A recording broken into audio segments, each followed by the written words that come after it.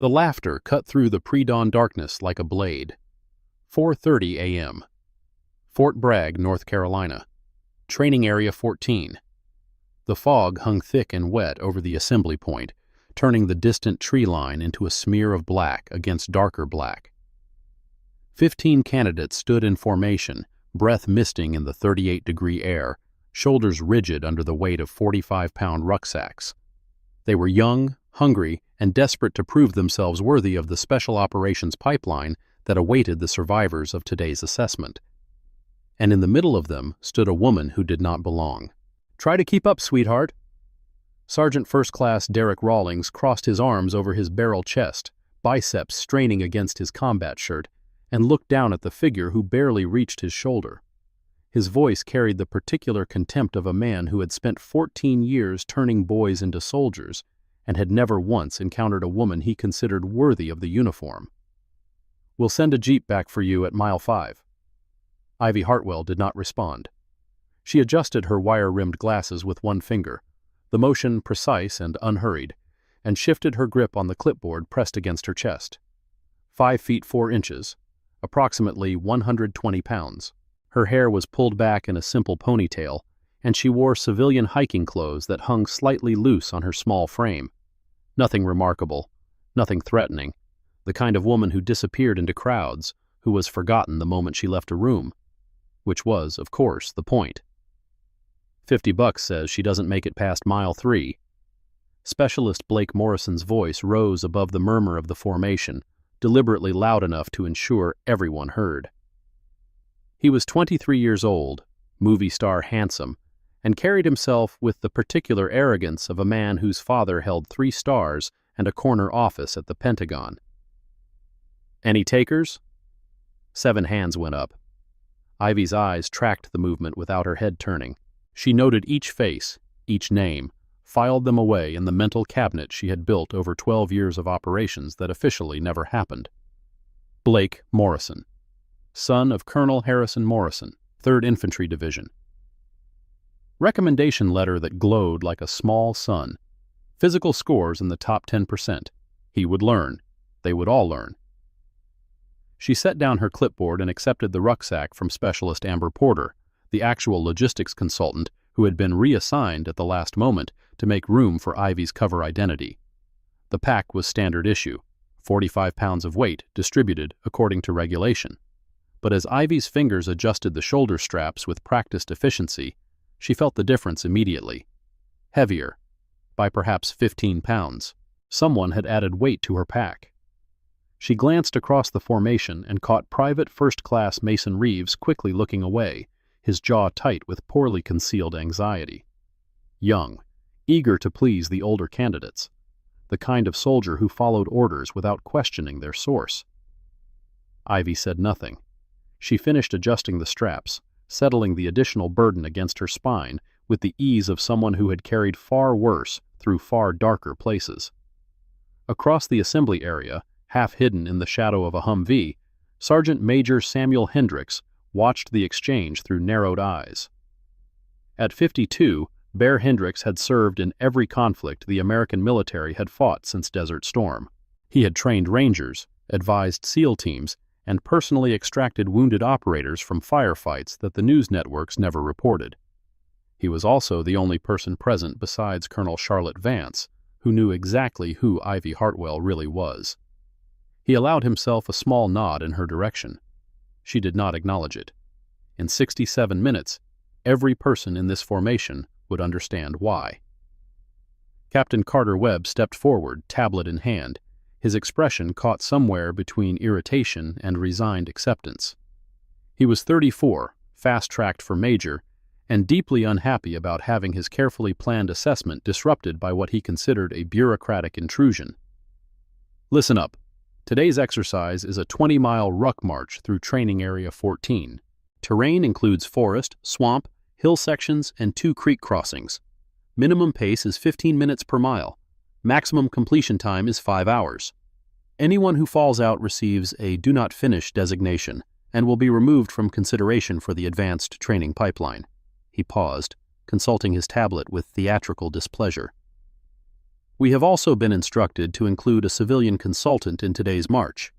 Miss Hartwell will be evaluating new equipment configurations based on practical field application.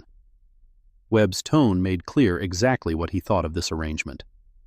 She is not a candidate. She is not to be assisted. She is not your concern. Focus on your own performance. Staff Sergeant Silas Colton, the formation's navigation specialist, and a man whose ego matched his considerable technical skills, leaned toward Derek Rawlings. Equipment consultant. Right. More like some general's niece who wanted to play soldier for a day. Derek's smile showed too many teeth. Just means easier pickings when she drops out crying at the first hill. Ivy heard every word. She filed them away with the others. The formation shifted as candidates conducted final equipment checks. Lieutenant Grace Mitchell, the communications officer assigned to coordinate the exercise, spoke quietly into her radio. Warrant Officer James Keene ran through his helicopter's pre-flight checklist at the nearby landing pad, ready to extract anyone who suffered a medical emergency. Staff Sergeant Caleb Shaw, the team medic, inventoried his kit with the calm efficiency of a man who had treated everything from blisters to battlefield trauma. And through it all, Ivy waited. Silent. Patient. A stone in a stream of noise. Corporal Hazel Bennett, the only other woman in the formation, worked her way toward Ivy's position at the rear of the group. At 25, Hazel had fought for every opportunity the military offered, scrapping her way from a poverty-stricken childhood in rural Alabama to a slot in one of the most competitive assessment pipelines in the armed forces. She recognized something in the civilian consultant's stillness, something familiar. "Don't let them get to you," Hazel said quietly. "They're just testing you. It's what they do." Ivy looked at her for a moment, brown eyes that gave nothing away. Then she nodded once, a gesture so small it might have been imagined. "Line up for equipment verification," Derek barked. "Move." The candidates shuffled into position. One by one, they stepped onto the scale that would confirm their rucksack weight met the 45-pound minimum. One by one, they passed. Ivy stepped onto the scale last. 60 pounds. The digital readout glowed in the darkness, and for a fraction of a second, Mason Reeves's face went pale. He had added the weight expecting her to complain, to demand a reweigh, to give Derek an excuse to remove her from the exercise before it even began. Instead, Ivy simply stepped off the scale and took her position at the back of the formation. Caleb Shaw frowned, making a note on his clipboard. 60 pounds was outside normal parameters. He opened his mouth to say something, but Derek was already moving, and the moment passed. Formation, forward march. The column began to move, disappearing into the fog like ghosts being swallowed by memory. Before we continue with what happens next on this brutal 20-mile march, I want to ask you something. Have you ever been underestimated? Have you ever had someone look at you and decide you weren't worth their respect? If this story speaks to you, hit that subscribe button right now, because what Ivy is about to do to these soldiers will make you want to stand up and cheer. Trust me, you don't want to miss a single second of this. The first mile passed in silence. Ivy settled into a rhythm that had carried her across deserts and through jungles, over mountains and along riverbanks in countries whose names she was forbidden to speak. Her breathing was controlled, steady, almost mechanical in its precision. Her footfalls landed exactly where she wanted them, weight distributed, impact minimized. She moved like water flowing around stones. No one noticed. They were too busy watching the candidates at the front, where Derek Rawlings had set a punishing pace designed to separate the strong from the weak before the first checkpoint. Blake Morrison ran alongside him, matching stride for stride, his earlier mockery replaced by grim determination. Silas Colton held the compass, calling out bearing adjustments with the confidence of a man who had never been wrong about anything in his life. Behind them, Private Logan Brooks was already struggling. At 19, Logan was the youngest candidate in the formation, a kid from a small town in Kansas who had dreamed of special operations since watching war movies with his grandfather, a Korean War veteran whose stories had shaped his understanding of honor and sacrifice. He was fit enough, brave enough, determined enough, but he was also 63 days out of basic training, and the gap between wanting something and being ready for it yawned wider with every step. Ivy watched him labor up the first hill, his breathing ragged, his stride shortening. She calculated angles and rates of decline, predicted the exact moment his body would begin to fail him. Mile 2. The terrain shifted from maintained trail to rough forest floor, roots and rocks creating an obstacle course that demanded constant attention. Blake Morrison glanced over his shoulder, found Ivy still present, and felt a flicker of irritation that he quickly suppressed. "Consultant's still with us," he called to Derek. "Maybe she'll make it to the first checkpoint after all. Give it time." Derek did not look back. "The swamp section starts at mile 4. That's where civilians learn what military means." Silas Colton checked his compass, made a slight adjustment to their heading. 047 degrees to checkpoint 2, 2.3 clicks. Ivy's lips moved slightly, forming words no one else could hear. The same words, the same calculation, made without looking at any instrument. Mile 3 brought the first casualty. A candidate named Peters twisted his ankle on a hidden root and went down hard, his cursing echoing through the trees before Caleb Shaw reached him. The medic made his assessment quickly. Not broken, but done for the day. Peters limped to the trail's edge to await the follow vehicle, his face a mask of bitter disappointment. Ivy passed him without comment, her pace unchanged. Mason Reeves had moved up in the formation, trying to distance himself from the woman carrying his sabotaged pack. But every few minutes, his eyes drifted back, searching for signs of struggle, of weakness, of impending collapse. He found none. At the mile 4 water point, Derek called a brief halt. Candidates unslung their packs, stretched cramping muscles, drank from canteens with the desperate thirst of men pushing their limits. Logan Brooks collapsed against a tree, chest heaving, face pale beneath his tan. Ivy set her pack down with controlled precision. Then she did something that made Caleb Shaw pause in his rounds. She unlaced her left boot, removed it, and conducted a systematic examination of her foot with the speed and efficiency of someone who had performed field medical assessments under fire. 3 seconds for the ankle, 2 for the arch, 1 for each toe. Then the boot was back on, laces secured in a pattern designed to maximize support while minimizing pressure points. "Where did you learn that?" Caleb asked, genuinely curious. Ivy looked up, her expression neutral. "Learn what?" "That foot check. That's not in any civilian first aid manual I've ever seen." "YouTube." She finished tying her laces and stood. "Amazing what you can find online." Caleb did not believe her, but before he could press further, Derek's voice cut through the clearing. "On your feet. 4 minutes until we move." Blake Morrison used the time to check on his betting pool. "Anyone changing their predictions?" She made it past mile 3. "Mile 6, someone offered. The creek crossing." "Mile 8, after the first hill climb." "I'm sticking with mile 10. She's got something to prove."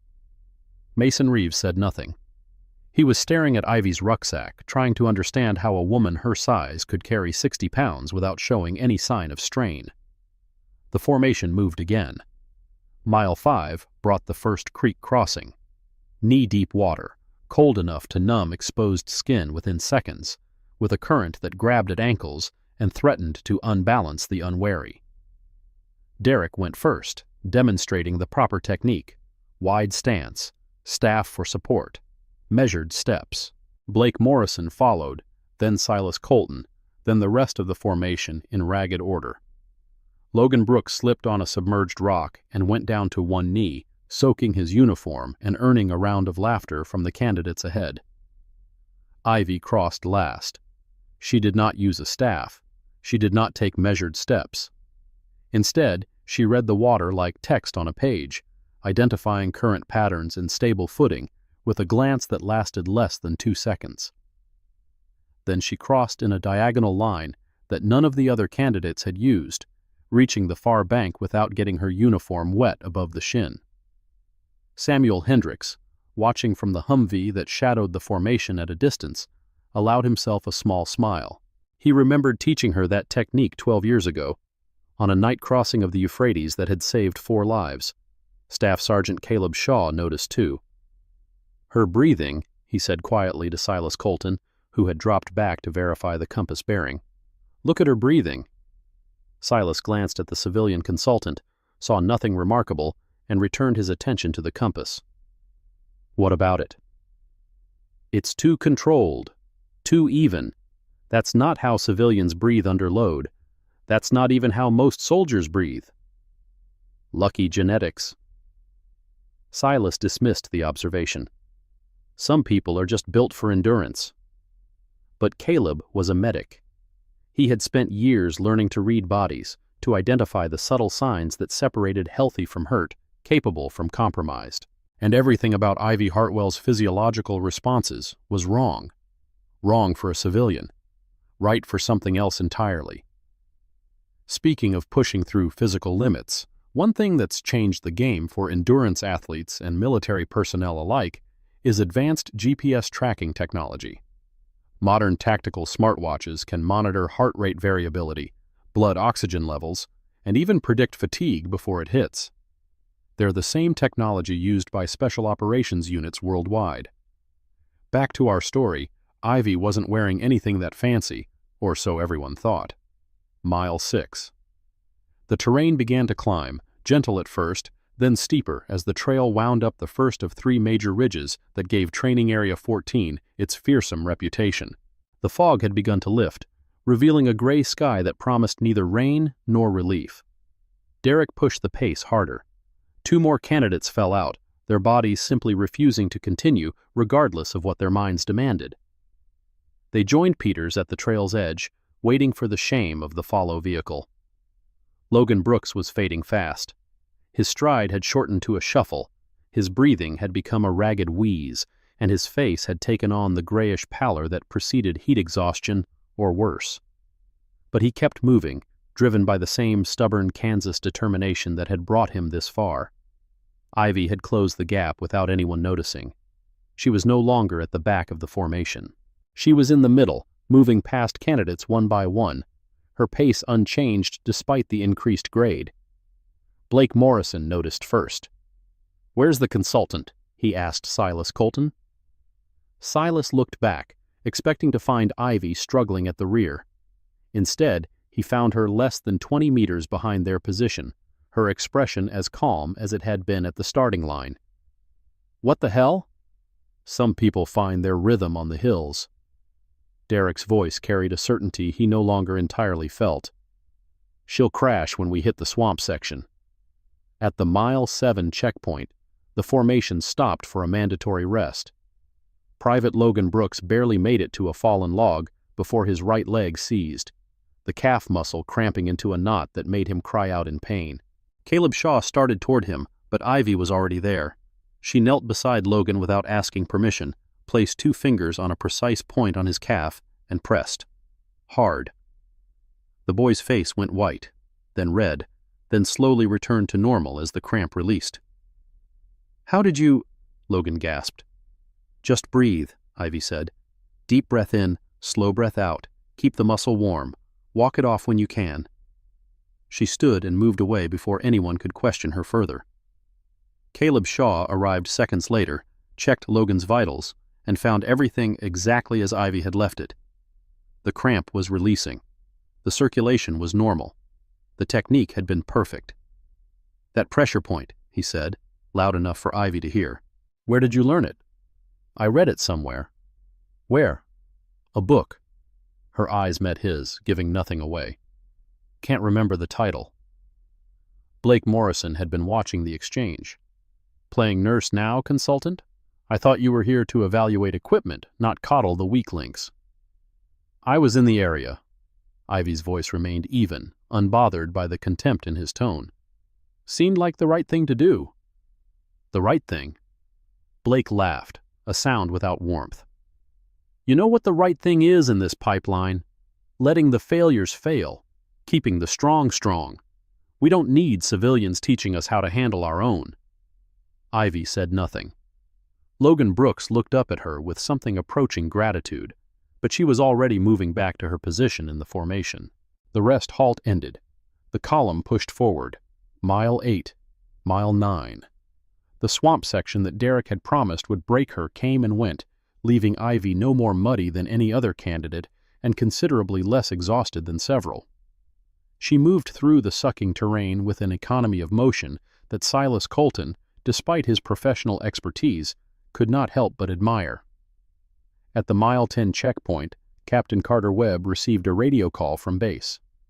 He stepped away from the formation to take it, his expression shifting from annoyance to concern to something harder to read. "Request background check on civilian consultant Hartwell," he said quietly into the handset. "I want to know who she really is." The response came after a pause that lasted too long. "Request denied. Consultant has been cleared at the highest level. Continue with exercise." Webb recognized the voice on the other end. Sergeant Major Hendricks, the man who had arrived unannounced that morning, claiming to be an observer from division. The man who had seemed to know things he had no business knowing. "Understood," Webb said flatly. "Continuing exercise." He returned to the formation with new questions and no answers.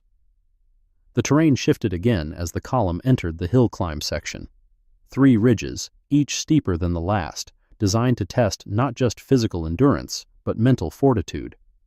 Many candidates broke here, not because their bodies failed, but because their minds convinced them failure was the only option. Derek Rawlings increased the pace once more, determined to reassert his dominance after hours of watching the civilian consultant refuse to falter. His knee had begun to ache from an old injury, a souvenir from a helicopter crash in Afghanistan that had ended 2 careers and left him with metal where bone should be. But he pushed through the pain, refusing to show weakness in front of his candidates. In front of her. Ivy matched his pace without apparent effort. We're about to hit the halfway point of this story, and things are getting intense. If you're enjoying this journey, drop a comment below telling me about a time someone underestimated you. I read every single comment, and your stories inspire future videos like this one. Mile 11 brought the first hint of the storm that would change everything. The sky, which had been merely gray all morning, began to darken with an urgency that spoke of violence to come. Wind picked up from the southwest, carrying the smell of rain and something else, something electric. Lieutenant Grace Mitchell checked the weather update on her tactical tablet and frowned. "Be advised, weather system moving in faster than expected. ETA 3 hours. 3 hours should have been enough. At their current pace, the formation would finish in 4.5 hours maximum. But the weather in North Carolina had a reputation for ignoring predictions, and Grace had learned to trust her instincts more than her instruments. Derek heard the report and made his decision. We pushed through. Increase pace to 14 minutes per mile. Several candidates groaned. The pace had already been brutal. Increasing it now, with the hardest terrain still ahead, would break more than a few remaining hopes. Ivy adjusted her stride without comment. Hazel Bennett had been watching the civilian consultant for the past several miles, trying to understand what she was seeing. The woman moved wrong. Wrong for a civilian, wrong for an amateur, wrong for anyone who had not spent years training their body to operate at peak efficiency under extreme conditions. "You're not really a consultant, are you?" Hazel asked quietly, falling back to match Ivy's position. "I'm exactly what my paperwork says I am." "Paperwork can say anything. I've seen enough liars in uniform to know when someone's hiding something." Ivy glanced at her, the first sign of interest she had shown in any candidate all day. "And what do you think I'm hiding, Corporal?" "I don't know yet." Hazel's jaw was set with determination. "But I'm going to find out." "Focus on your own performance." Ivy's tone was not unkind. "You're here to earn your place. Don't let my mystery distract you from that goal." Is that advice or an order? "Just an observation from someone who's been watching you. You're good, Bennett. Better than you know. Don't waste it on questions you're not ready to hear the answers to." Hazel wanted to push further, but the pace increase demanded all her attention. She filed the conversation away for later, adding it to the growing list of things about Ivy Hartwell that did not add up. Mile 12 brought the storm. It did not build gradually. It did not warn them with preliminary showers. One moment the sky was merely threatening, and the next moment it opened with a fury that turned the world into a wall of water and wind. Visibility dropped to 10 meters. The trail became a river. Radio communication crackled with static interference that swallowed words before they could be heard. Derek Rawlings shouted orders that disappeared into the chaos. Candidates scattered, seeking shelter that did not exist, training giving way to primal panic. Ivy remained still. She let the chaos wash around her like a stone in rapids, taking in the situation with eyes that had seen worse. Much worse. She noted the terrain ahead, calculated routes, identified the fastest path through the swamp section that lay between them and the next ridge. "Form up!" Derek's voice was barely audible above the storm. "Form up on me!" But the candidates were too scattered, too disoriented. The formation that had held together through 11 miles of punishment was fragmenting under nature's assault. Staff Sergeant Silas Colton stumbled toward Derek, compass clutched in white-knuckled hands. "I can't get a bearing. The magnetic interference is throwing everything off. Use the terrain features." "I can't see the terrain features." Blake Morrison appeared from the rain, his perfect hair plastered to his skull, his earlier arrogance replaced by something closer to fear. "What do? We can't stay here." "We push through." Derek's voice held a confidence his eyes did not share. "Everyone on me. Single file. We move together." "Move where?" Silas demanded. "I don't know which way is forward." In the chaos, no one noticed Ivy step forward. 032 degrees, she said, her voice cutting through the storm with the precision of a scalpel. "Ridgeline is approximately 800 meters northeast. Trail crosses at the saddle point. Follow the drainage pattern, not the map." Every head turned toward her. "What?" Derek's confusion was genuine. "The swamp feeds into a creek system that runs northeast to southwest. Follow the water flow until you hit the ridge base. Then climb to the saddle. The trail will be waiting on the other side." "How do you know that?" "I read the terrain before the storm hit." Ivy's glasses were spotted with rain, but her eyes behind them were steady. "It's what consultants do. Evaluate, observe, remember." A lie, of course. She knew the route because she had run it 47 times during her own training, years before any of these candidates had enlisted. But they did not need to know that. Not yet. Derek hesitated, pride warring with pragmatism. He was lost. His navigator was lost. And a civilian consultant was offering a way forward. "Do what you want," Ivy said, turning northeast. "I'm going that way." She began to move, her pace steady despite the rain, her direction unwavering despite the chaos. One by one, the candidates began to follow. Mile 13. The swamp that had seemed manageable in dry conditions became a nightmare in the storm. Mud sucked at boots, threatened to claim them entirely. Water rose past knees, past thighs, carrying debris that struck without warning. Private First Class Ethan Young went down first. He had been moving too fast, trying to keep up with Ivy's relentless pace, and his foot found a hole hidden beneath the brown water. He sank to his waist in seconds, the sucking mud refusing to release him no matter how hard he struggled. "Help!" His voice cracked with panic. "I'm stuck! I'm going down!" The candidates closest to him froze, uncertain. The mud that held Ethan could just as easily trap anyone who approached carelessly. Ivy reached him first. She did not hesitate. She did not calculate risks or weigh options. She moved to a position perpendicular to his sinking body, braced herself on a submerged route, and began issuing orders with a voice that had commanded men in firefights, in ambushes, in the dark spaces between life and death. "Morrison, on my left. Colton, on my right. Low and wide. Distribute your weight." Blake Morrison blinked at her through the rain. "Who put you in charge? Do it now or watch him drown." Something in her voice eliminated the possibility of argument. Blake moved. Silas moved. Others formed up behind them. On three, we pull. Straight back. Controlled force. Don't yank or you'll dislocate his shoulders. 1, 2, 3. They pulled. Ethan Young came free with a sound like a cork leaving a bottle, covered in mud but alive, breathing, whole. Caleb Shaw reached them moments later, already checking vitals, already assessing damage. He found nothing that time and rest could not heal.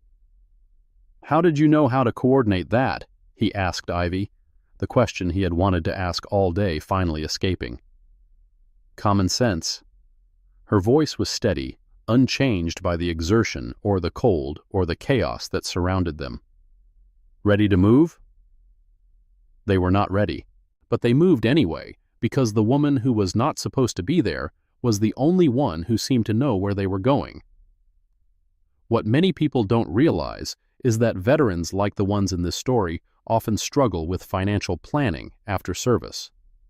That's why specialized veteran financial advisory services have become so important. They understand military pensions, VA benefits, and the unique challenges of transitioning to civilian life.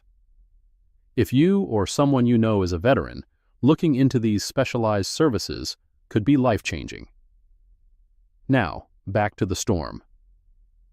Mile 14. The ridge climb began in earnest, the terrain tilting upward at an angle that turned exhausted legs into blocks of screaming agony. The rain had begun to lessen, but the damage was done. The trail was a river, the footing treacherous, the cold seeping into bones and stealing strength. Derek Rawlings was limping. His knee, already stressed from the pace he had set, had taken additional damage during the swamp crossing. Each step sent bolts of fire up his leg, into his hip, through his spine. He gritted his teeth and pushed forward, refusing to acknowledge the weakness even as his body screamed for rest. Ivy noticed. She moved up beside him, matching his struggling pace, saying nothing for several meters. Then, quietly, so only he could hear, "Keep moving, Sergeant. The cold will make the swelling worse if you stop." "I don't need advice from a consultant." His voice was tight with pain and wounded pride. "Then consider it an observation. Your gait is compensating left. You're favoring the injury. That will throw off your hip alignment and make the descent twice as hard." "How would you know?" "I've seen injuries before." "Where? In your consulting office?" Ivy did not answer. She increased her pace, moving ahead, leaving him to struggle with his pain and his questions. Specialist Levi Clark had been watching the exchange from a few meters back. At 26, Levi was a quiet soldier, the kind who observed more than he spoke and remembered more than he revealed. He had enlisted after seeing a photograph that had changed his understanding of what service could mean. A photograph of a woman receiving the Ranger tab, the first woman ever to complete the course with the highest scores in her class. He had memorized that face, and now, watching Ivy Hartwell move through the storm with the same relentless efficiency that had defined her historic achievement, he was almost certain he knew who she was. Almost. The rain stopped at mile 15. It did not taper off or gradually ease. It simply stopped, as if someone had closed a faucet, leaving the world dripping in gray, but no longer actively hostile. Derek called a brief halt, more because his own body demanded it than because the candidates needed rest. He leaned against a tree, face pale, jaw clenched, refusing to sit down because sitting would mean admitting defeat. Ivy used the time to conduct a quiet assessment of the remaining formation. 12 candidates left from the original 15, plus herself. 2 would not finish. Their faces showed it, the particular emptiness of men who had reached the end of their reserves. Logan Brooks was still moving, still fighting. The cramp from mile 7 had not returned, and some spark in his young eyes suggested he might actually survive this day. Hazel Bennett was strong, stronger than anyone had expected. She had matched the pace, navigated the swamp, helped pull Ethan Young from the mud. She would not just finish, she would excel.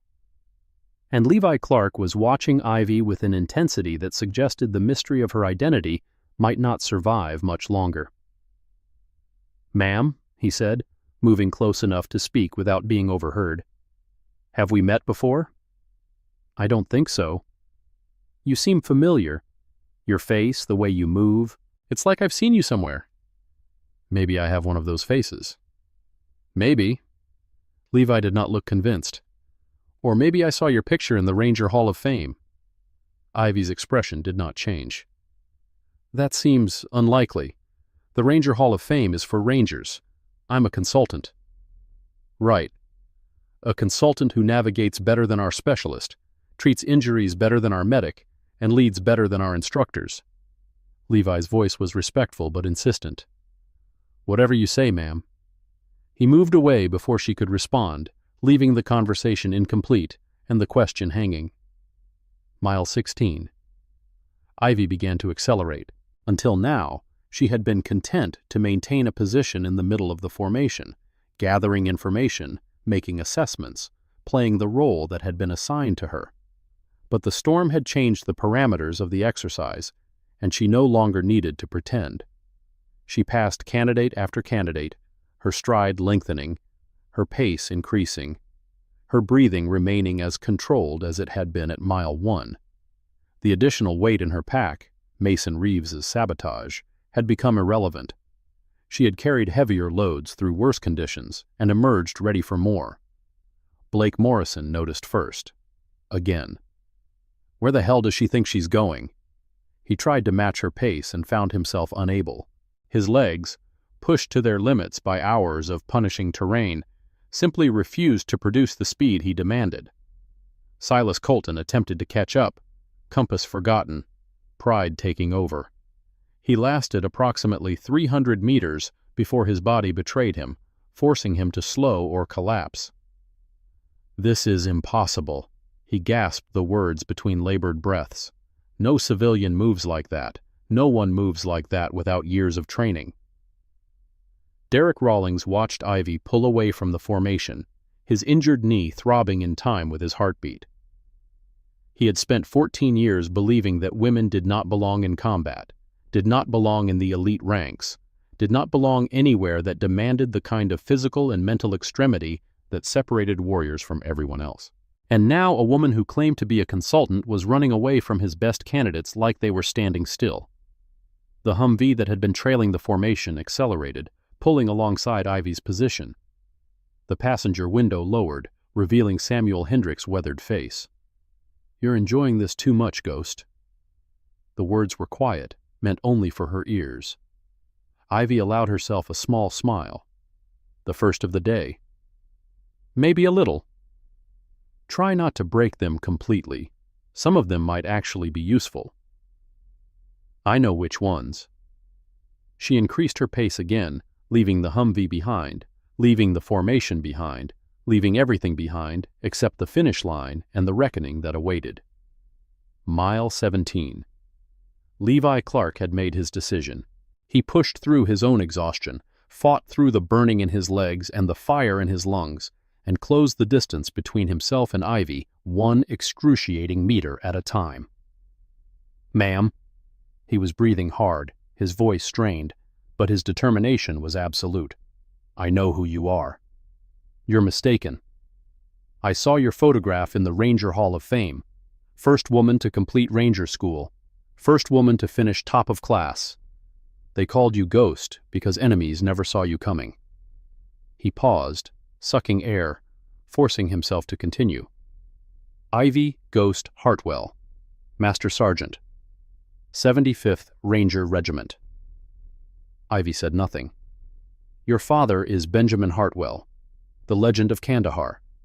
30 years in special operations. They named a training facility after him." Still nothing. "Still, I enlisted because of your picture, ma'am, because I saw a woman do what everyone said was impossible, and I thought, if she can do that, maybe I can too."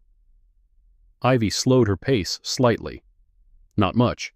Just enough for Levi to run beside her without killing himself. "You're making assumptions based on a photograph." "I'm making observations based on evidence." Levi's jaw was set. The navigation, the medical skills, the command presence. The way you've been running this entire exercise while everyone thought you were struggling to keep up. That's not a consultant. That's special operations. And if you're right, What then? Then I keep my mouth shut and let you finish whatever mission brought you here. He met her eyes, young face earnest beneath the exertion. But I wanted you to know. Someone noticed. Someone understands. Ivy considered him for a long moment. Focus on your own performance, Specialist Clark. Whatever happens at the finish line happens. Your job is to get there. Yes, ma'am. He fell back, unable to maintain her pace, but satisfied that he had delivered his message. Hazel Bennett had heard part of the exchange. Her ears, sharpened by years of survival instinct, had caught fragments. Ghost, Ranger, Master Sergeant. She filed the information away, feeling pieces of a puzzle beginning to align. Mile 18. The storm had left the finish area muddy but passable. Support personnel had gathered near the timing station, alerted by radio that the formation was approaching. Among them stood Colonel Charlotte Vance, her uniform impeccable despite the weather, her expression giving nothing away. She had served with Benjamin Hartwell. She had watched Ivy grow from a determined teenager into the most decorated female special operator in American military history, and she had personally authorized the assessment that was about to reach its conclusion. Ivy emerged from the tree line at 17:47 hours, 3 hours and 40 minutes since departure. The finish area fell silent as she crossed the timing pad, her stride unchanged, her breathing controlled, her face calm. She found a spot near the water station, unslung her pack, and sat down to wait. The truth is about to come out. But before the biggest reveal of this story, make sure you've hit that like button. The algorithm shows this video to more people when you engage, and trust me, this is a story that deserves to be heard. 10 minutes passed. 20. Mason Reeves crossed at 4 hours 18 minutes, collapsing immediately, chest heaving, face gray with exhaustion. He looked at Ivy, saw her sitting calmly, and felt the first stirrings of genuine fear. 30 minutes. 40.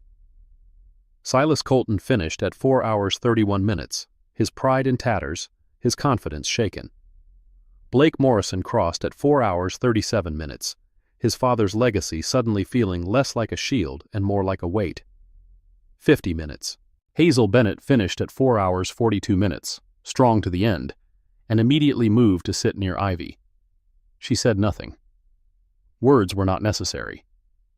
Logan Brooks crossed at 4 hours 44 minutes, the youngest candidate, the one everyone expected to fail, finishing ahead of more experienced men through sheer stubborn determination. And still, Derek Rawlings had not arrived. Samuel Hendricks had been tracking him by radio, providing updates to Colonel Vance with the measured professionalism of a man who had seen careers end and begin on days like this. Rawlings is approximately 500 meters out, knee injury worsening. He's refusing assistance. Let him finish on his own terms. Vance's voice was flat. He's earned that much. At 4 hours 47 minutes, Sergeant First Class Derek Rawlings emerged from the tree line. He was limping badly, each step an obvious agony, his face a mask of determination covering a foundation of pain. He had set the previous record for this course at 4 hours 47 minutes, and he was going to match it if it killed him, which it might. He crossed the timing pad at 4 hours 47 minutes and 18 seconds, then stopped, breathing hard, sweat and rain mixing on his face. His eyes found Ivy. She was sitting exactly where she had been when the first finisher arrived. Her breathing was normal. Her expression was serene. The pack beside her, the pack that should have broken her by mile 10, lay open, revealing approximately 15 pounds of rocks and broken concrete. How? Derek could barely form words through his exhaustion and confusion. How long have you been here? 67 minutes. The number hit him like a physical blow. 67 minutes. More than an hour. She had finished more than an hour ahead of him, and she was not even breathing hard. Who the hell are you? Ivy stood. She did not answer immediately. Instead, she looked at the other finishers, at the candidates who had underestimated her, mocked her, sabotaged her, and dismissed her as a liability. They were all watching now, their exhaustion forgotten in the face of this incomprehensible reversal. I'm exactly what my paperwork says I am. Her voice was calm, A consultant, here to evaluate. Evaluate what? Equipment? Derek's anger was building, fueled by humiliation and unanswered questions. You were never here for equipment. You were never here to learn anything. This whole thing was a setup. Was it? Tell me who you are. He stepped forward, invading her space, using his height advantage to intimidate. Ivy did not back away. You want to know who I am, Sergeant Rawlings? Her voice remained level. Then ask yourself why you assumed I was weak. Ask yourself why you mocked me before you saw me perform. Ask yourself what kind of leader judges people based on appearance instead of ability. I don't need lectures from a... He grabbed her shoulder.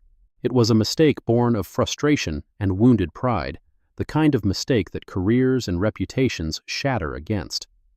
His hand closed on the fabric of her civilian shirt, pulling with more force than he intended. The shirt tore, and everything stopped.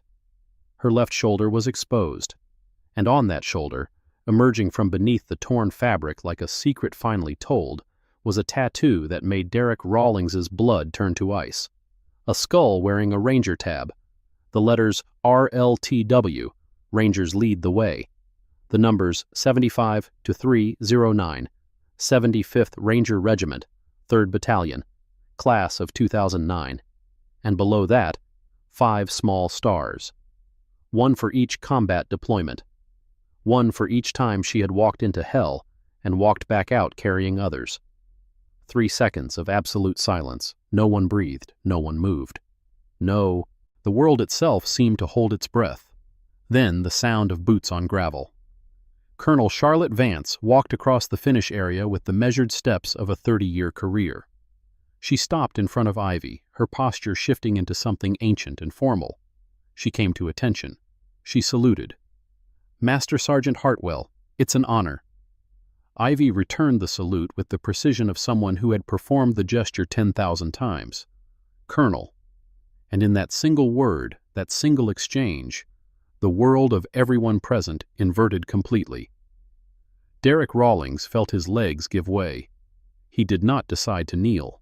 His body simply refused to support him any longer, the combination of physical exhaustion and psychological devastation overwhelming whatever reserves of strength remained.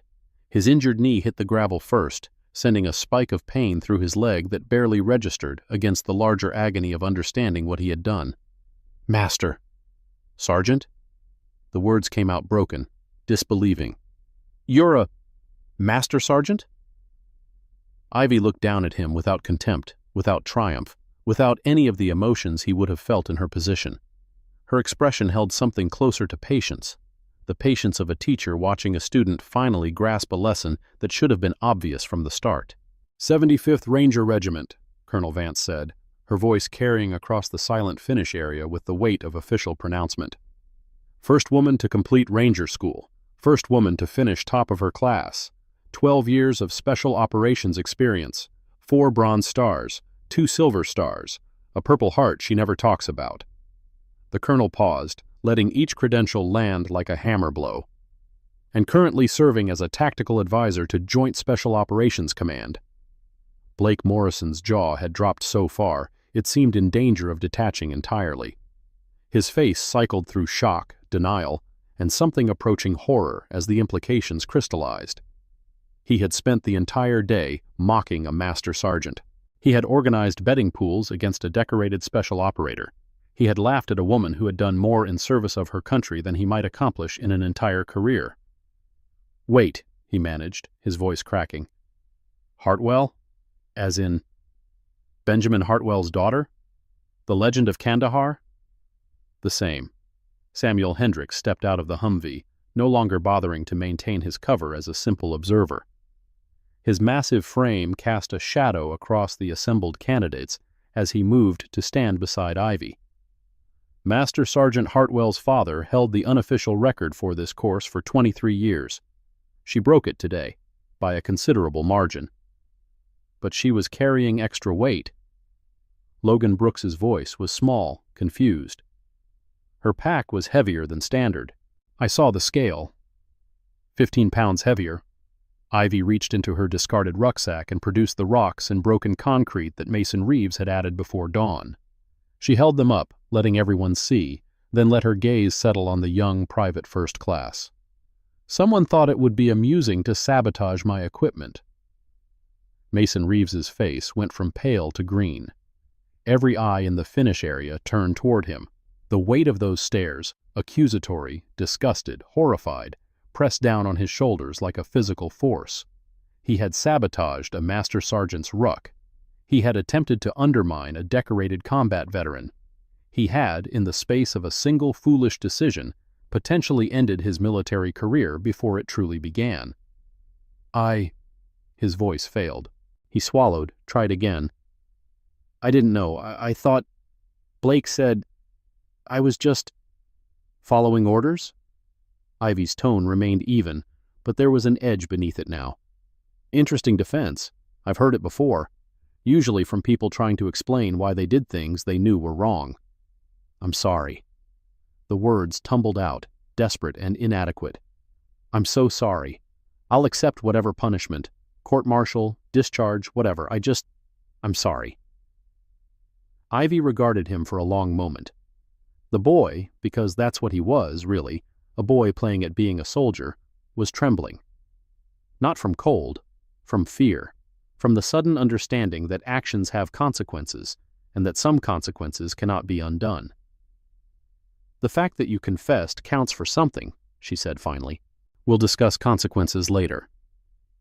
Staff Sergeant Silas Colton had sunk to one knee, not in supplication, but in something closer to shock.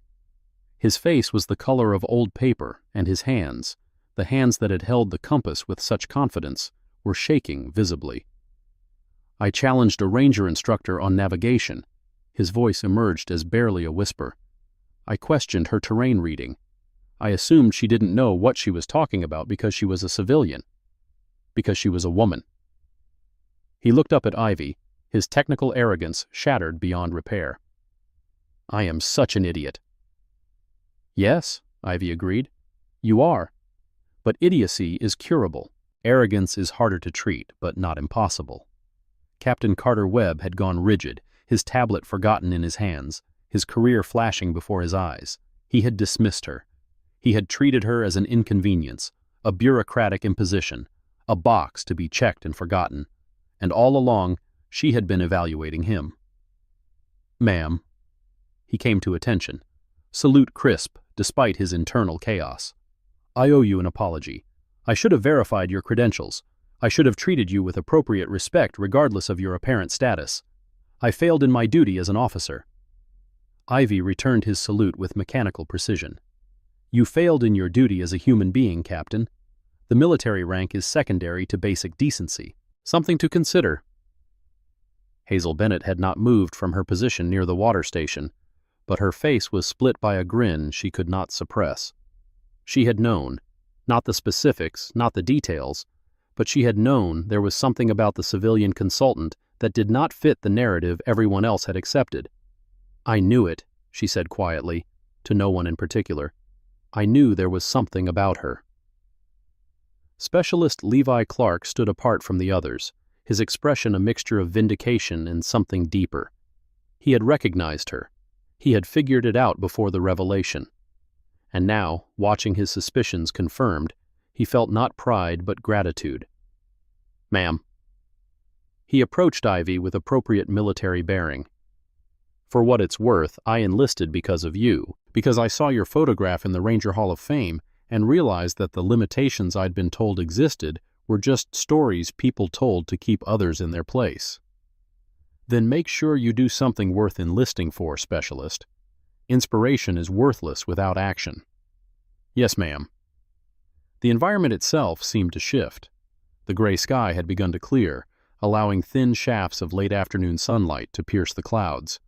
The air felt different, charged, as if the world was holding its breath, waiting to see what would happen next. Colonel Vance stepped forward, assuming the center of attention, with the ease of 30 years of command authority. Master Sergeant Hartwell was sent here by Joint Special Operations Command to evaluate this training facility. Her voice carried to every corner of the finish area. Not the equipment, not the candidates. the cadre, the instructors, the leaders. She let that sink in. Every word spoken today was recorded, every action was documented, every decision was noted and will be included in her report. The blood drained from several faces simultaneously. This assessment was initiated following concerns about training methodology, leadership culture, and the treatment of candidates from non-traditional backgrounds. Vance continued. Master Sergeant Hartwell volunteered to conduct the evaluation personally because she understood, better than anyone, what it means to be underestimated based on appearance rather than capability. Derek Rawlings remained on his knees, unable or unwilling to rise. His world had inverted completely. Everything he believed about leadership, about strength, about the natural order of military hierarchy, lay shattered at his feet. How? He forced the words out through a throat tight with emotion. How did I not see it? Because you weren't looking. Ivy's voice was not cruel, but it was not soft either. You saw what you expected to see. A small woman with a clipboard. A civilian playing soldier for a day. You never considered that reality might be different from your assumptions. I've been doing this for 14 years. And in those 14 years, how many women have you actually given a fair chance? Ivy crouched, bringing herself to his eye level. How many female candidates have you dismissed before they proved themselves? How many potential warriors have you lost because you decided their worth before you witnessed their work? Derek had no answer. Your record for this course was 4 hours 47 minutes. Ivy stood. I completed it in 3 hours 40 minutes, with 15 extra pounds in my pack, in a storm, after stopping 3 times to help other candidates. And I'm 32 years old with a rebuilt ACL and a titanium plate in my left shoulder from a helicopter crash in Syria. She paused. Still think women don't belong in combat? The question hung in the air like a blade. Samuel Hendricks stepped forward, his massive presence commanding attention. For the record, Master Sergeant Hartwell holds the unofficial record for the Baton Death March Memorial. 40 miles in under 12 hours. 20 miles is a warm-up for her. She also completed the Special Forces qualification course as an observer 2 years ago, Colonel Vance added. Finished ahead of 80% of the candidates. The Green Berets still talk about it. The revelations kept coming, each one another nail in the coffin of every assumption that had been made about the woman they had dismissed as a liability. Ivy turned to face the full assembly, candidates, cadre, support personnel, everyone who had witnessed the day's events. I'm not here to destroy careers, she said. I'm here to evaluate whether this training program produces the kind of leaders our military needs. Leaders who judge based on performance, not prejudice. Leaders who lift others up instead of tearing them down. Leaders who understand that strength comes in many forms. She paused. Based on what I've seen today, there is work to be done. What does that mean for us? Blake Morrison's voice had lost all its earlier arrogance. He sounded young, scared, exactly what he was beneath the bravado. It means your futures are in my hands. Ivy's words were matter of fact. My report goes to JSOC. JSOC makes recommendations to Division. Division implements changes. She let that sink in. Everything that happens next depends on what I write. And what will you write? Derek asked, finally finding the strength to stand. His knee screamed in protest, but he forced himself upright. That we're failures? That we should be reassigned? Discharged? Ivy studied him for a long moment. The man who had mocked her. The man who had set a brutal pace trying to break her. The man who had grabbed her shirt and exposed her tattoo to the world. He stood before her now, broken in spirit, if not in body, waiting for judgment. That depends on what happens in the next few minutes, she said, and the next few months. Stories like Ivy's remind us why leadership training matters. Online military leadership certification programs have exploded in popularity, teaching the same principles that elite units use: discipline, strategic thinking, and the ability to stay calm under pressure. Whether you're military or civilian, these skills translate to every aspect of life. Something tells me Derek might be signing up for one soon. Anyway, let's see how this ends. Colonel Vance called for assembly. The candidates and cadre formed up with varying degrees of military precision, exhaustion warring with the need to appear competent in front of the highest-ranking officer present. Based on today's assessment, the colonel began, the following personnel will be placed under review pending Master Sergeant Hartwell's final report. Sergeant First Class Rawlings, Specialist Morrison, Staff Sergeant Colton, Private First Class Reeves, and Captain Webb. 5 names, 5 careers hanging by threads. Reassignment to non-training positions will be considered, Vance continued. Potential disciplinary action for the sabotage incident. Full review of training methodologies and candidate treatment protocols. The weight of those words pressed down on the named individuals like physical burdens added to already exhausted bodies. Wait. Ivy's voice cut through the pronouncements. Vance paused, turning to her with raised eyebrows. This was unusual. The assessment was supposed to be confidential until the formal report was filed. But Ivy had earned the right to unusual. I have an alternative recommendation, Ivy said, if the colonel will permit. Speak. Ivy stepped forward, addressing not just Vance but everyone assembled. Reassignment is easy. It removes the problem without solving it. These men made mistakes today, serious mistakes, but mistakes are opportunities for growth, not just punishment. She turned to face the 5 individuals whose careers she held in her hands. I recommend a 6-month probation period. During that time, each of you will complete the same training you put candidates through, every exercise, every ruck march, every evaluation, not as instructors, as participants. Derek's face registered shock. You want us to go through our own program? I want you to experience what you inflict on others, to understand what it feels like to be pushed to your limits by people who have already decided you're not good enough. Ivy's eyes were steady. Sergeant Major Hendricks will supervise. He will report directly to me. Any failure to meet standards, any return to previous behaviors, and the reassignment becomes permanent. That's, Blake Morrison started, then stopped. What could he possibly say? That it was unfair? He had forfeited the right to claim unfairness hours ago. 6 months, Ivy continued. At the end, you will be evaluated again. Those who have learned will be returned to their positions with the understanding that a second chance is not a third chance. Those who haven't, she shrugged. Well, there are always positions that need filling in places that don't require leadership. Colonel Vance considered the recommendation. It was unconventional. It was potentially problematic from an administrative standpoint, but it was also exactly the kind of solution that produced real change, rather than simply shuffling problems from one unit to another. Approved, she said finally. Sergeant Major Hendricks, you will coordinate the probationary training program. Weekly reports to Master Sergeant Hartwell. Any serious incidents escalated immediately. Understood, ma'am. Hendricks's voice held something that might have been satisfaction. He had watched Ivy grow from a recruit into a legend. Watching her now, wielding authority with wisdom rather than vengeance, confirmed everything he had always believed about her potential.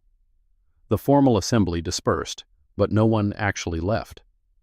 The day's events had created bonds of shared suffering, of witnessed revelation, of collective transformation that demanded resolution before people went their separate ways.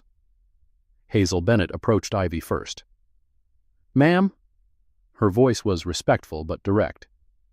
I want to try for Ranger School. Is it possible? Ivy reached into her pocket and produced a card. Simple. White. A phone number and nothing else. Call this number. Tell them Ghost sent you. They'll set up an evaluation. Hazel took the card like it was made of gold. Thank you, ma'am. Don't thank me yet. Ranger School is the hardest thing you'll ever do. Harder than today. Harder than anything you can imagine. Ivy paused. But if you make it through, you'll never doubt yourself again. I won't let you down. Don't do it for me. Do it for yourself.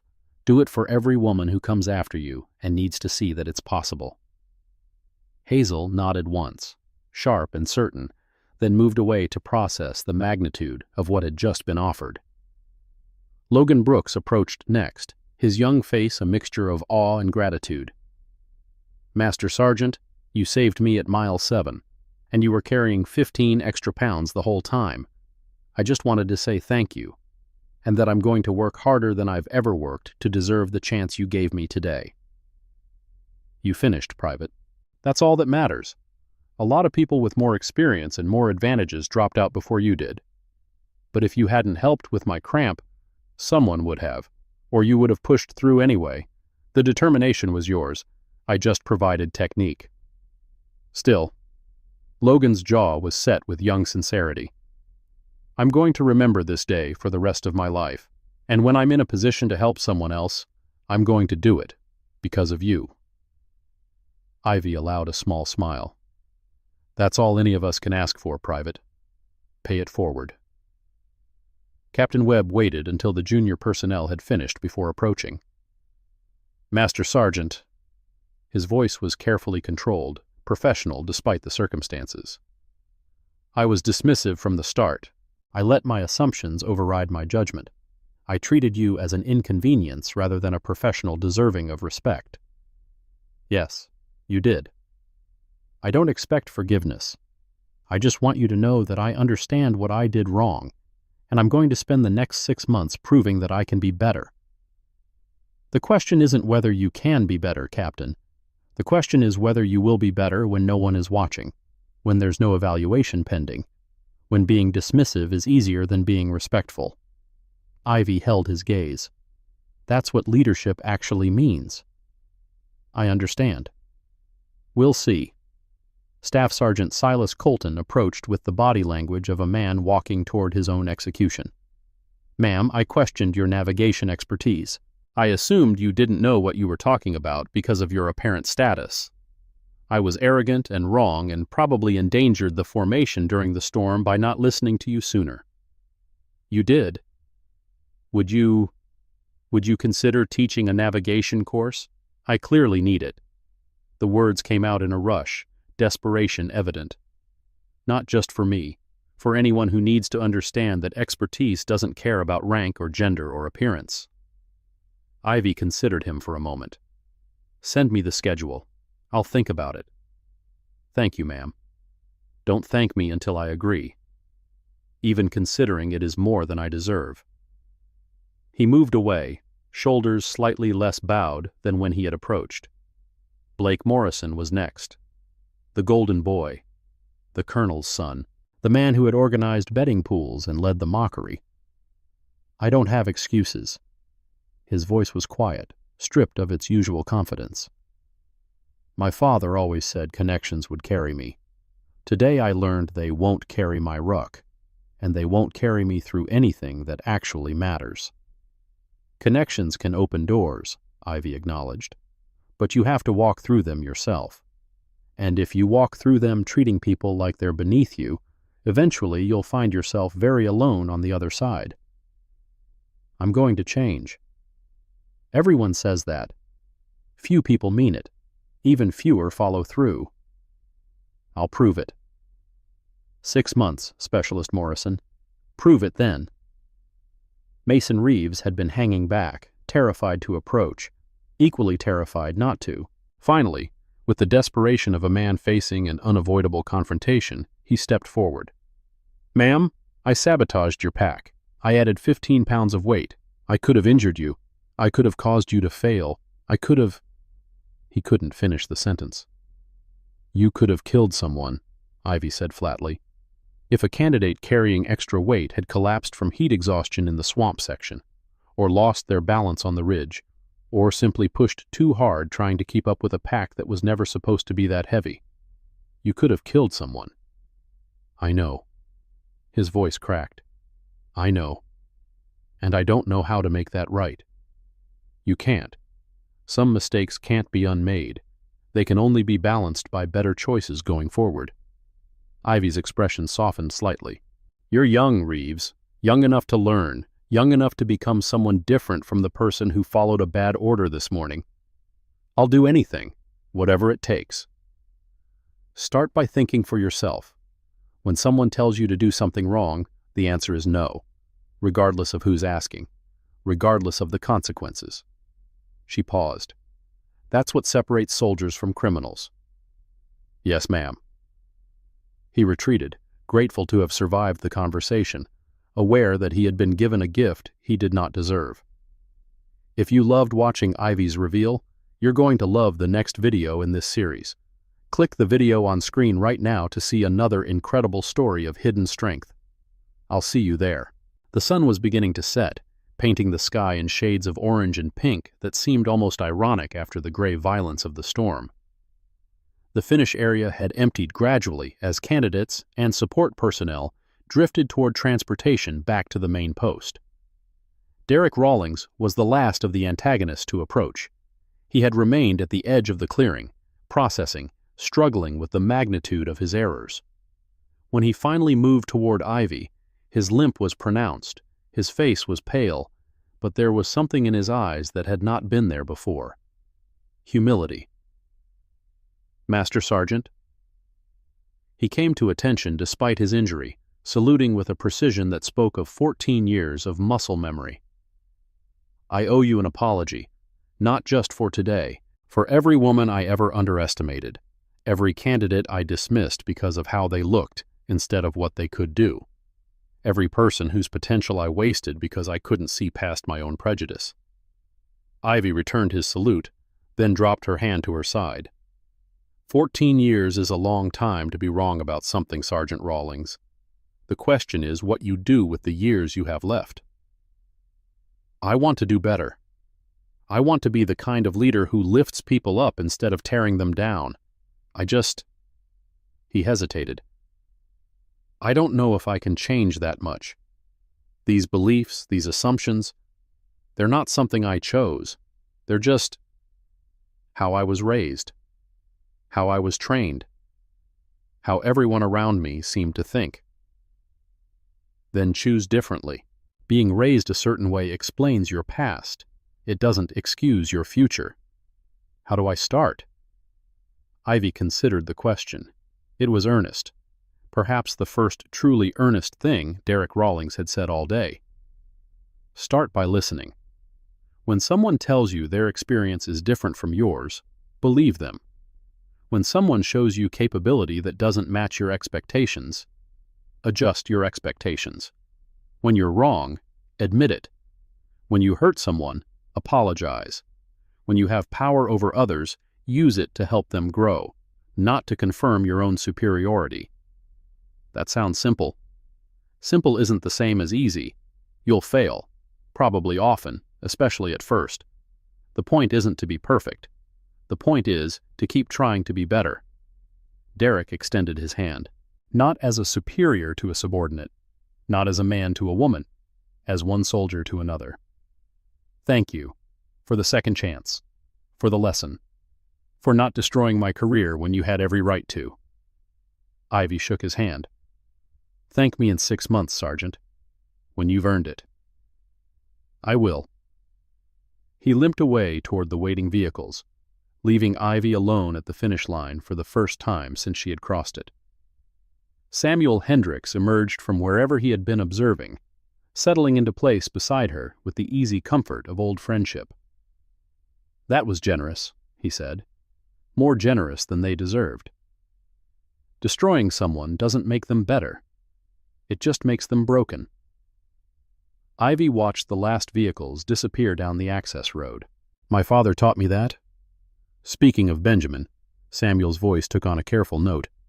He did this same march, same route, same conditions, 30 years ago. I know. Did you beat his time? Ivy allowed herself a small smile. By 3 minutes. He held the record for 23 years, but his pack was only 45 pounds, and there wasn't a storm. So technically, I still have work to do. He would have found a way to do it faster. He always did.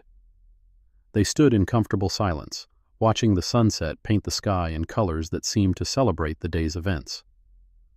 What's next for you? Samuel asked eventually. JSOC has another assignment. Can't say where. Can't say when. You never stop, do you? Rest is for retirement. Ivy paused. And I'm not ready for retirement yet. There's still too much work to do. Too many places where the wrong people have power and the right people don't. You sound like Benjamin. I'll take that as a compliment.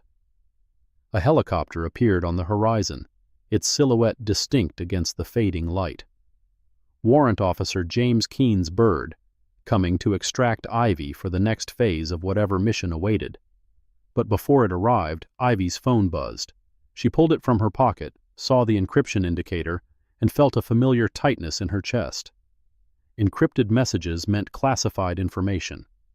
Classified information meant something had changed. She opened the message. Coordinates, a timestamp, and a single word. Found. Her expression did not change. Years of training had stripped her of the tells that most people could not hide. But Samuel knew her well enough to read the subtle shift in her posture, the almost imperceptible tension in her jaw. That look, he said quietly. You only get that look when something big is coming. Remember the operation in Kandahar? The one where we lost contact with Falcon Team? Samuel stiffened. His face, usually a mask of professional composure, flickered with something raw. That was 8 years ago. Everyone assumed they were gone. We searched for months. Someone's been hiding them. Ivy showed him the message, the coordinates, the timestamp, the single word that changed everything. They've been found. That's impossible. Samuel's voice was rough. We had satellites, drones, human intelligence assets. We covered every possible location. If they were alive, we would have known. Unless someone didn't want us to know. The implication hung in the air between them. Falcon Team had not simply disappeared. They had been hidden, deliberately, by someone with the resources and access to evade one of the most intensive search operations in special operations history. Who? Samuel demanded. Who could do something like that, and why? Those are the questions. Ivy pocketed her phone as the helicopter began its descent. And I intend to find the answers. You're going after them. Someone has to. It could be a trap. 8 years of silence and suddenly they surface? That's not coincidence. That's planning. Probably. Ivy watched the helicopter touch down, its rotor wash flattening the grass in rippling waves. But if there's even a chance they're alive, I can't ignore it. Those were my people, Samuel. My responsibility. You were 24. It wasn't your fault. It was my mission, my plan, my failure when things went wrong. Her voice carried the weight of 8 years of guilt, carefully contained but never forgotten. I've spent every day since then trying to make up for it, trying to be good enough that their loss meant something. And now? Now I might have a chance to bring them home. The helicopter's side door slid open, revealing the dim interior that would carry her toward whatever waited at those coordinates. Ghost. Samuel used her call sign deliberately, invoking the years of shared service, shared sacrifice, shared survival. Be careful. Whoever did this, they've had 8 years to prepare. They know you'll come. They're counting on it. I know. Ivy walked toward the helicopter, then paused, looking back at the man who had been her mentor, her friend, her fellow warrior through battles that the world would never know about. Keep an eye on those 5. Make sure the probation actually changes them. Make sure this day meant something. It already does. Today meant everything to those candidates, to Hazel Bennett, to Logan Brooks, to everyone who saw what you did. Good. Ivy climbed into the helicopter, settling into the seat with the ease of someone who had made this transition 1,000 times. Then it wasn't wasted. The door slid closed. The engine pitch increased. The helicopter lifted off, carrying Master Sergeant Ivy Ghost Hartwell away from the day's revelations and toward the mysteries that waited in the darkness. Samuel Hendricks watched until the aircraft was a speck against the evening sky, then turned back toward the finish area where a day of transformation had reached its conclusion. Behind him, the sun finally set, painting Fort Bragg in shades of purple and gold. Ahead of him, the future waited. And somewhere, in a location marked only by coordinates on an encrypted phone, the past was about to resurface in ways that no one could predict. The story of what happened that day at Training Area 14 spread through Fort Bragg like wildfire through dry grass. By evening chow, every soldier on post had heard some version of the events. By morning formation, the legend had begun to crystallize into something that would be told and retold for years. The civilian consultant who wasn't a civilian, the woman who outran the best soldiers on post, the master sergeant who gave second chances instead of ending careers. In the days that followed, changes began to ripple outward from the moment of revelation. Colonel Charlotte Vance submitted her formal report to Division, recommending a complete review of training assessment protocols across all special operations pipelines. The report included specific recommendations for blind evaluation periods, where assessors of unknown background would periodically integrate with training cadre to observe actual behaviors rather than performed professionalism. If one woman could expose this much dysfunction in a single day, she wrote, imagine what we're missing in programs that never receive such scrutiny. The recommendation was approved within a week. Sergeant Major Samuel Hendricks began the probationary training program with a vigor that bordered on enthusiasm. He had spent 30 years watching good soldiers become bad leaders, watching potential wasted and talent crushed by institutional prejudice. Now he had the opportunity and the authority to attempt genuine reform. Derek Rawlings was his first case study. Same standards you set for your candidates, Hendricks told him on the first day of probation. Same expectations, same consequences for failure.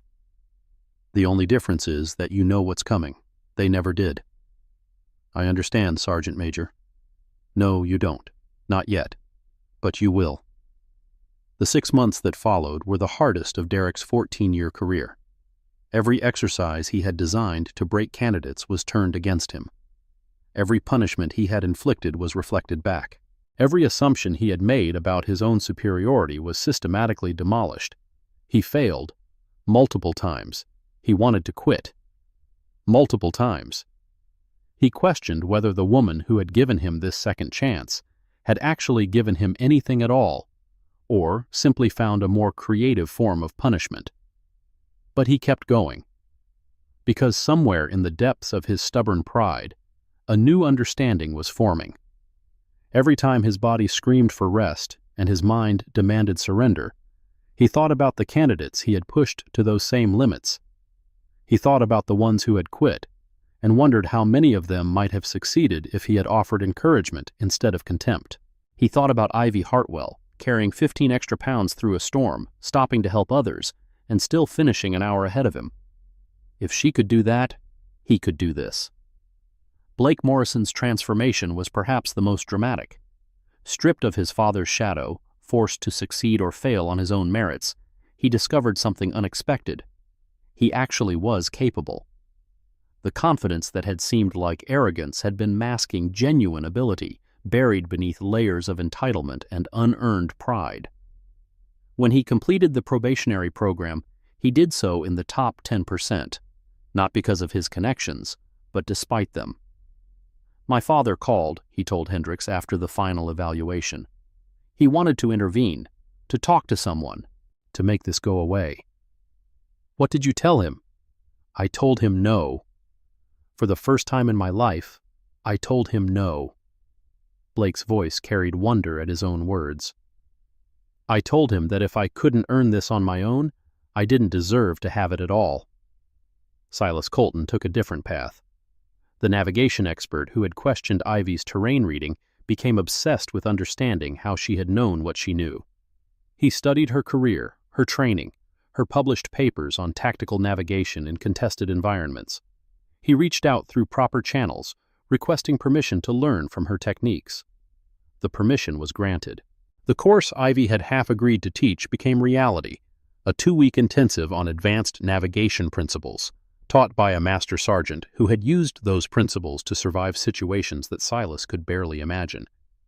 He finished the course, humbled, educated, and genuinely grateful. Thank you, he told her on the final day. Not just for the training, for not giving up on me when I gave you every reason to." "You were arrogant, not hopeless," Ivy replied. "There's a difference. Arrogance can be cured with sufficient humiliation. Hopelessness requires something else entirely." Mason Reeves completed his probation quietly, without drama, without special recognition. He had been the saboteur, the one who could have caused real harm, and the weight of that knowledge never fully lifted from his shoulders. But it did not crush him either. He became known, in the years that followed, as the soldier who always checked equipment personally before every exercise. The one who insisted on verification, on redundancy, on making absolutely certain that nothing had been tampered with. When asked why he was so particular, he would sometimes tell the story of the day he had added 15 pounds to a master sergeant's rucksack, expecting her to fail, and watched her destroy a course record instead. "I learned something that day," he would say. "I learned that the easy path isn't the right path, and that trying to make someone else fail just makes you a failure yourself." Captain Carter Webb requested a transfer after his probation ended, not because he had failed, but because he had succeeded well enough to understand that he needed a fresh start.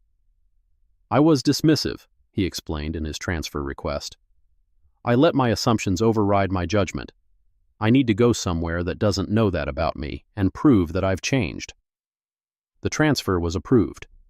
Webb went on to serve with distinction in a training command where he became known for treating every candidate, regardless of background, with professional respect and genuine investment in their success. He kept a photograph on his desk, the official image from Ivy Hartwell's Ranger School graduation. Under it, in his own handwriting, a single word: remember.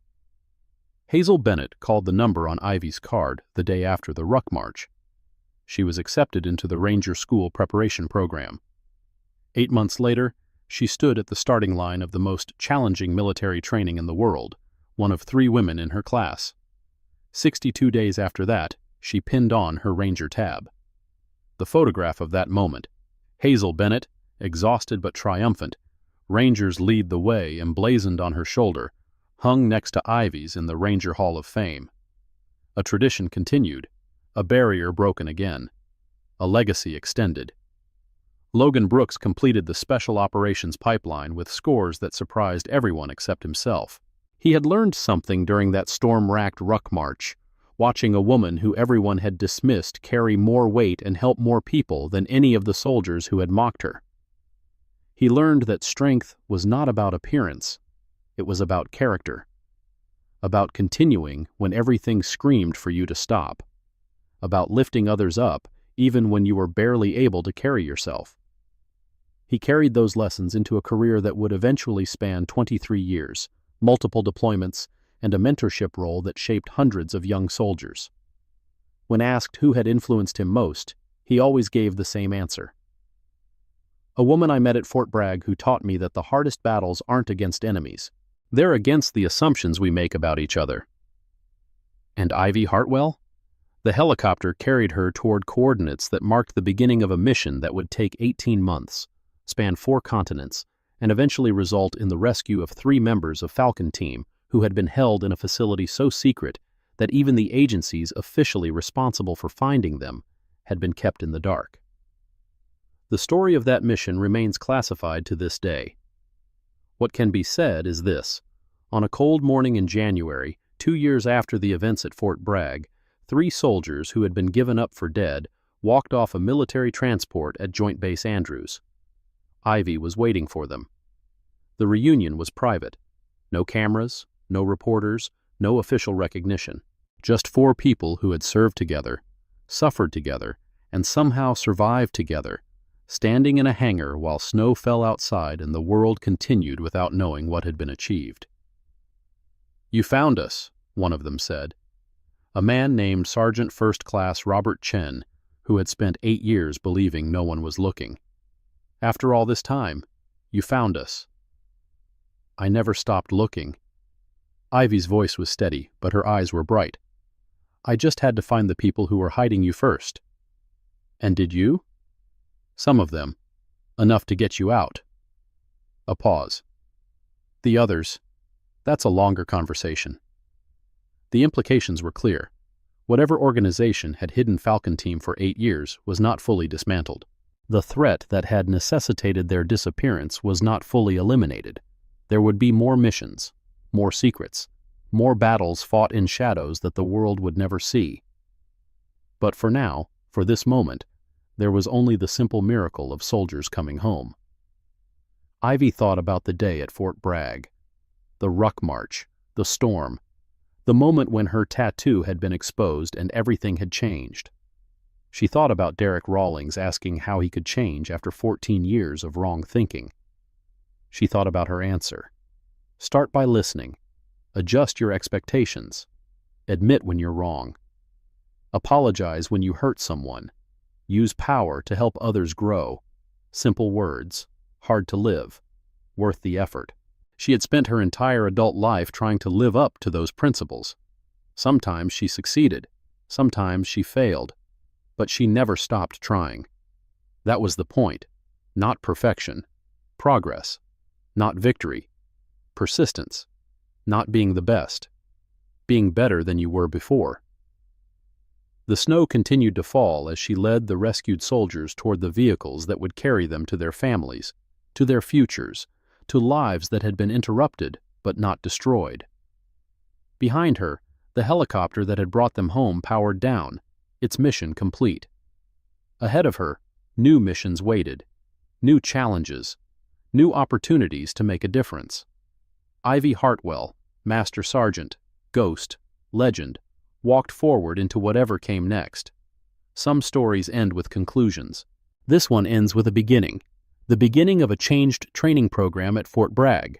The beginning of reformed careers for 5 soldiers who had been given second chances. The beginning of a new generation of female Rangers, inspired by a photograph and a phone number, and a woman who proved that limitations are just stories we tell ourselves. The beginning of a rescue mission that brought 3 soldiers home from the darkness, and somewhere, in a classified file that only a handful of people will ever read, the beginning of an investigation into who hid Falcon Team and why they surfaced when they did. That investigation continues. The woman pursuing it never stops. Some battles are never truly over. Some warriors never truly rest. And some stories, like the one that began on a foggy morning at Fort Bragg with the words, "Try to keep up, sweetheart," echo forward through time, changing everyone they touch, leaving the world a little different than they found it. For Ivy Hartwell, that difference was the only victory that ever mattered. Not proving them wrong, making things right. One mission at a time, one soldier at a time, one choice at a time. The helicopter faded into memory. The snow continued to fall. And somewhere, a phone buzzed with new coordinates, a new mission, a new opportunity to be the warrior that the world needed and rarely saw. Rest is for retirement, and retirement was still a long way off.